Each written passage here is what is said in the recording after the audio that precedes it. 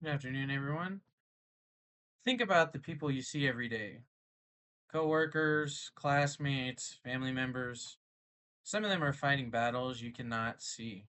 The Center of Disease Control and Prevention reported in 2024 that nearly 15 out of every 100,000 Americans died by suicide. That's a 30% increase in just 20 years. Behind each number is a story. It could be the student who sits quietly in the back of the class, the friend who always says, I'm fine, or the coworker who seems tired but never willing to explain why. These are real people, and their struggles are often invisible to everyone around them. I've researched studies from multiple agencies, including the American Journal of Orthopsychiatry from Eisenberg 2007, the Archives of General Psychiatry by Kelchner 2005, and the JAMA Network Open, Etman and Abalda 2020, to understand how stigma and lack of support makes crises worse. Today, I'll show you how widespread mental health challenges are, why stigma makes them harder to face, and the solutions we can take together to save lives. Let's start with the reality. 1 in 5 adults in the US experience mental health illnesses each year. That's from Daniel Eisenberg's study in 2007. Think about that. In a group of five, one is likely to struggle. College students are especially at risk in this category. Eisenberg found that levels of depression and anxiety among university students, which often lead to academic struggles and even dropping out, are in high amounts. Many of us know someone who has had a hard time off of school because of mental health challenges. The pandemic made things worse in 2020.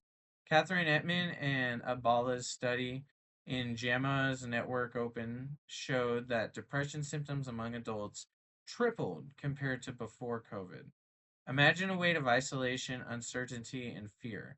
It lasts and leaves long lasting scars. When mental health problems often go untreated, the effects spread: failing grades, workplace burnout, relationship issues, and sometimes suicide. This isn't just an individual issue, it's something that impacts entire communities. Families lose loved ones, workplaces lose talented employees, and schools lose promising students. The ripple effect touches everyone. So, what can we do about it?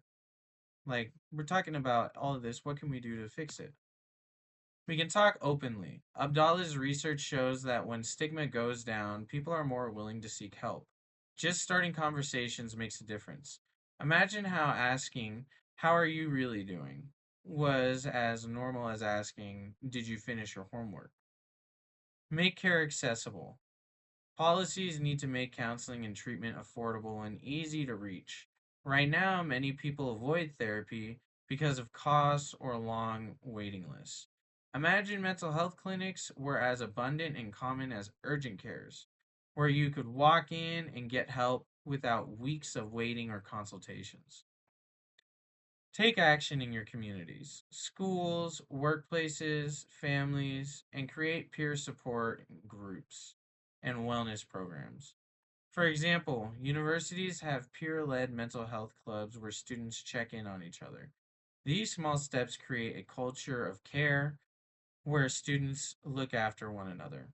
These aren't absent ideas, they're practical steps that have been proven to work. And the more we normalize them, the more lives we can save. Now let's picture the future. Imagine a campus where students feel safe, talking about mental health, professors know how to support them, and counseling centers have enough staff to meet demands.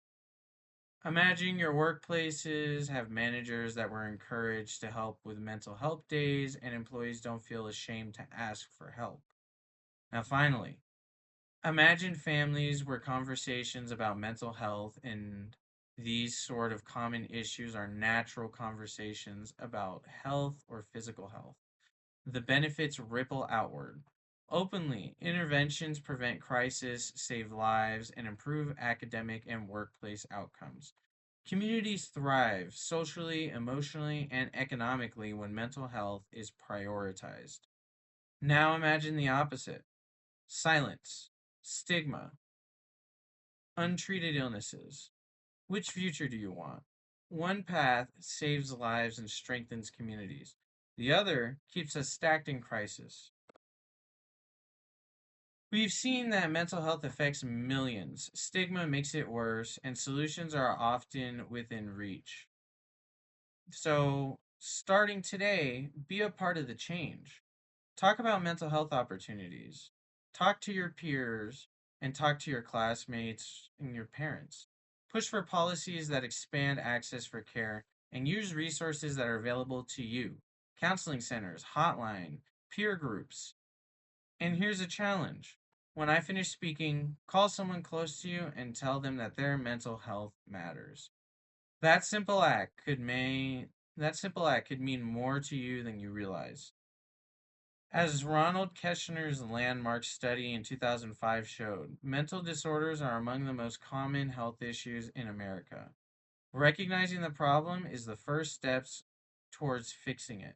Together, we can save lives and strengthen communities. A change in the way that Americans view mental health for the better. Here are all the references for the persuasive speech. Thank you all very much for your attention. Also wanted to take a second to thank everyone for the semester. Really great semester, and I hope I get to meet many of you next year. Goodbye.